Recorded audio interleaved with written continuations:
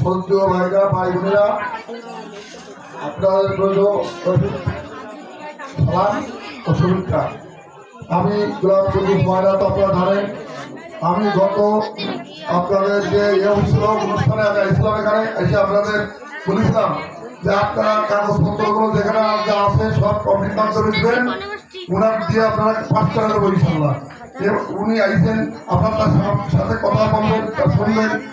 আপনারা আগামীতে সরকার গঠন করছে বিএনপি, উনি আসছে বিএনপির নির্বাহী কমিটির সদস্য।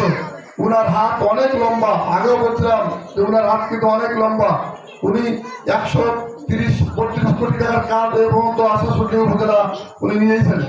আপনাকে ধন্যবাদ দেওয়া উচিত ওনাকে যে এত টাকার কাজ উনি এমপি না হয়েও এত টাকার কাজ নিয়েছেন। আগামীতে আমাদের ইউনিয়ন উনি ইয়ে দেশেন ওয়াদাবদ্ধ করছেন রামনগর, যে এই ইউনিয়ন মডেল ইউনিয়ন হিসেবে উনি গ্রহণ করবেন।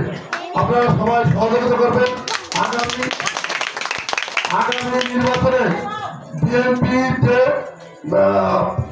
ক্যান্ডিডেট থাকবে, মনোনয়ন পাবে, আমি পাই আর যে পান না কেন আপনারা তার ব্যাপারে কাজ করবেন। কেন যেহেতু আপনার সরকার বিএনপি তার একটা সরকার, এখানে সরকারের কাজ করবে সরকার। আমরা যদি জামাতে বা অন্য জায়গায় ভোট দিই, এই ভোট করে পারে না করা।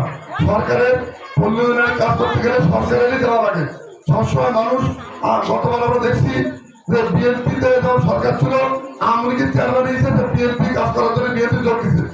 এটা লাগে, সরকার যেটা আছে সেই সরকারেরই আপনার প্রতিফলন করানো লাগে। উনি আপনাকে অনুরোধ দেবেন যে আপনারা আগামীতে দেখিয়ে শুনে আপনারা তো উন্নয়ন হয় সেই হিসেবে আপনারা কাজটা করবেন, এই আশা ব্যক্ত করে উনি চলে যাবেন। জরুরি ঢাকায় আপনাকে অপেক্ষা করছে, সেই জন্য তাকে আনা হয়েছে। এই বলে আমার বক্তব্য শেষ করছি। বাংলাদেশ জিন্দাবাদ।